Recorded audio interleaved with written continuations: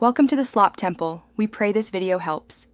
You begin by confirming you're signed into your Apple ID on the device. This connects billing to purchases. Once done, open Settings and tap your name to access payment and shipping. Make sure you have the card number, expiration, CVV, and billing address handy because you'll enter them directly. If your device needs an update, install it now so menus match these steps, and the system accepts the new payment method without hiccups. Next, tap Payment and Shipping and select Add Payment Method. Choose credit or debit card. You'll type the card number, expiration date, and CVV, enter them carefully to avoid validation errors. Once entered, confirm the billing address matches what your bank has on file because address mismatches commonly block verification.